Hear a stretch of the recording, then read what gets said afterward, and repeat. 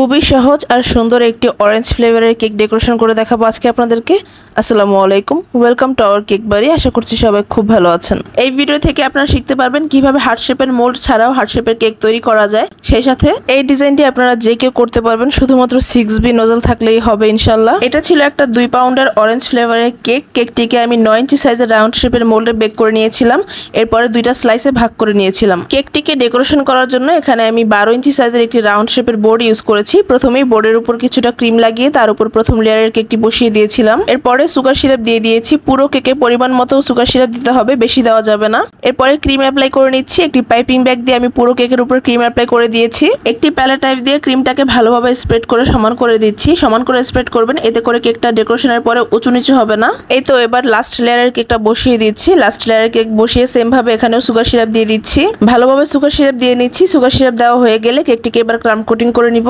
অল্প একটু ক্রিম নিয়ে পুরো কেকে আলতো হাতে চেপে চেপে ভালোভাবে লাগিয়ে দিচ্ছি। এতে করে কেকের যে একটা গুঁড়ো গুঁড়ো ভাব আছে সেটা ফাইনাল ফিনিশিং এর উপরে উঠে আসবে না। ফাইনাল ফিনিশিংটা অনেক বেশি স্মুথ আর সুন্দর হবে। কেকটিকে ক্রাম কোটিং করা হয়ে গেলে ফ্রিজের নরমাল পোর্শনে 30 থেকে 40 মিনিটের জন্য রেখে সেট করে নিতে হবে। যেহেতু এই কেকটিকে কেটে আমরা হার্ট শেপ তৈরি করব, তাই এই কেকটি ভালোভাবে সেট হওয়াটা অনেক বেশি ইম্পর্টেন্ট। ভালোভাবে সেট করা হলে এই কেকটি যখন আমরা কাটবো তখন ভেঙে যাবে না, খুব সুন্দরভাবে স্লাইস করা যাবে। সেই সাথে হার্ট শেপ দেওয়াটাও অনেক বেশি সহজ হবে। এই তো এখানে আমার কেকটিকে ক্রাম কোটিং করা হয়ে গিয়েছে। এবার কেকটিকে আমি ফ্রিজে রেখে দিব। কিছুক্ষণ পর কেকটিকে ফ্রিজ থেকে বের করে এবার কেটে নিচ্ছি। প্রথমে কেকের একদম মাঝ বরাবর একটি দাগ টেনে দিয়েছি। এরপর অপোজিট সাইড থেকেও ঠিক সেম ভাবে একটি বরাবর দাগ টেনে দিয়েছি। এবার যে কোনো দুইটা সাইড থেকে এভাবে করে কেটে নিচ্ছি। ভি শেপ করে কাটতে হবে। কিভাবে কাটছি আপনারা একটু খেয়াল করে দেখলেই বুঝতে পারবেন। এই যে দেখেন, আমার কেকের লেয়ারটা কিন্তু একদম পারফেক্ট ছিল। সেই সাথে কেকটা কিন্তু একদমই ভেঙে যায়নি কাটার সময়, কারণ কেকটিকে আমি ভালোভাবে সেট করে নিয়েছিলাম ফ্রিজে রেখে।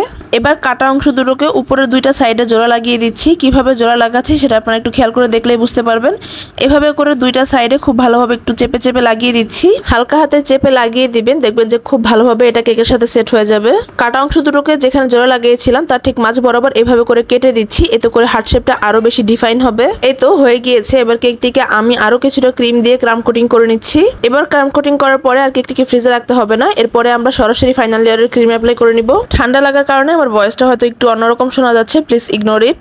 এই অরেঞ্জ ফ্লেভারের কেক ছাড়াও আপনারা আমাদের পেজে অন্যান্য আরো অনেক ফ্লেভারের কেক পেয়ে যাবেন। আপনারা আপনাদের পছন্দ মতন যে কোনো ফ্লেভার এবং ডিজাইনে কেক কাস্টমাইজ করেও নিতে পারবেন। এখন কিন্তু আমাদের পেজে একটি বিশাল অফার চলছে। যে কোনো ফ্লেভার কেকের উপরে আপনারা 15% করে ডিসকাউন্ট পেয়ে যাবেন। সেই সাথে টাপ কেক এবং জার কেকের উপরেও অফার চলছে। 2টা জার কেক অর্ডার করলে একটি ছোট সাইজের জার কেক ফ্রি পেয়ে যাবেন। সেই সাথে 4টা জার কেক অর্ডার করলে একটি বড় সাইজের জার কেক ফ্রি পেয়ে যাবেন। এছাড়াও ফ্রি কেক কন্টেস্ট চলছে। এইসব পোস্ট দেখতে হলে আপনারা আমাদের ফেসবুক পেজ কেক বাড়িতে চলে যেতে পারেন। সেখানে সব ডিটেলস বলা আছে। কেক অর্ডার করতে চাইলে আমাদের ফেসবুক পেজ কেক বাড়িতে ইনবক্স করবেন। ইনবক্স করলে আমরা আপনাদেরকে সমস্ত ডিটেলস জানিয়ে দিব। শুধুমাত্র ঢাকা সিটির মধ্যেই কেক ডেলিভারি করা হয়, এর বাইরে আমরা কেক ডেলিভারি করি না। এই তো এবার আসি কেক ডেকোরেশনে। এখানে আমি কেকের উপরে ফাইনাল লেয়ারের ক্রিম অ্যাপ্লাই করে দিয়েছি। এবার একটি প্যালেট নাইফ দিয়ে খুব সুন্দর করে ফিনিশিং দিয়ে দিচ্ছি। কেকের ফিনিশিং যত ভালো হবে কেক দেখতে কিন্তু তত বেশি সুন্দর লাগবে। তাই চেষ্টা করবেন খুব ভালোভাবে ফিনিশিং দেওয়ার জন্য। কিভাবে কেকে খুব সহজে স্মুথ ফিনিশিং আনা যায় এই সম্পর্কিত একটা বিস্তারিত ভিডিও আমি আগেই আপলোড করেছিলাম। সেই ভিডিওর লিঙ্কটা আমি নিচে ডেসক্রিপশন বক্সে দিয়ে দিব, আপনারা চেক করে দেখতে পারেন। এই তো এখানে আমি কেকটিকে ফিনিশিং দেওয়ার চেষ্টা করছি। হার্ট শেপের কেকগুলো অন্যান্য কেকের তুলনায় একটু ফিনিশিং দেওয়া কঠিন বলে মনে হয় আমার কাছে। রাউন্ড শেপের কেক কিন্তু খুব সহজেই ফিনিশিং দেওয়া যায়। যাই হোক, এখানে একটি স্ক্র্যাপার দিয়ে আমি খুব সুন্দর করে স্মুথ ফিনিশিং এনে দিচ্ছি। স্মুথ ফিনিশিং আনার জন্য কিন্তু স্ক্র্যাপারটা মাস্ট। স্ক্র্যাপার দিয়ে আপনি খুব সহজেই স্মুথ ফিনিশিং আনতে পারবেন। এরপরে উপরে যে এক্সট্রা ক্রিমটা উঠে এসেছিল সেটাকে আমি প্যালেট নাইফ দিয়ে খুব সুন্দর করে সরিয়ে নিচ্ছি। এভাবে করে আমি পুরো কেকটাতে খুব ভালোভাবে ফিনিশিং দিয়ে দিচ্ছি। এই তো আমার ফিনিশিং এর কাজটি অলমোস্ট কমপ্লিট হয়ে গিয়েছে। হার্ট শেপটা কিন্তু দেখতে খুবই সুন্দর লাগছে। একদমই বোঝা যাচ্ছে না যে এটা রাউন্ড শেপের কেক কেটে আমি হার্ট শেপ করেছি, তাই না? খুবই সুন্দর একটি হার্ট শেপ হয়েছে। এই তো এবার আমি কেকের বাকি ডেকোরেশন গুলো করব। কেকের সাইডে অরেঞ্জ ফ্লেভারের পাইপিং জেল দিয়ে ড্রিপিং দিয়ে দিচ্ছি। আমি চামচ দিয়ে ড্রিপিং দিচ্ছি, আপনারা চাইলে এখানে পাইপিং ব্যাগ দিয়েও ড্রিপিংটা দিতে পারেন। পুরোটা কেকে আমি এই সেম ভাবে ড্রিপিংটা দিয়ে দিচ্ছি। এতে করে কেকটা দেখতে কিন্তু অনেক বেশি লোভনীয় আর সুন্দর লাগবে। এই তো আমার ড্রিপিং দেওয়াটাও অলমোস্ট কমপ্লিট হয়ে গিয়েছে। খুবই সুন্দর লাগছে ড্রিপিং দেওয়ার পরে কেকটা।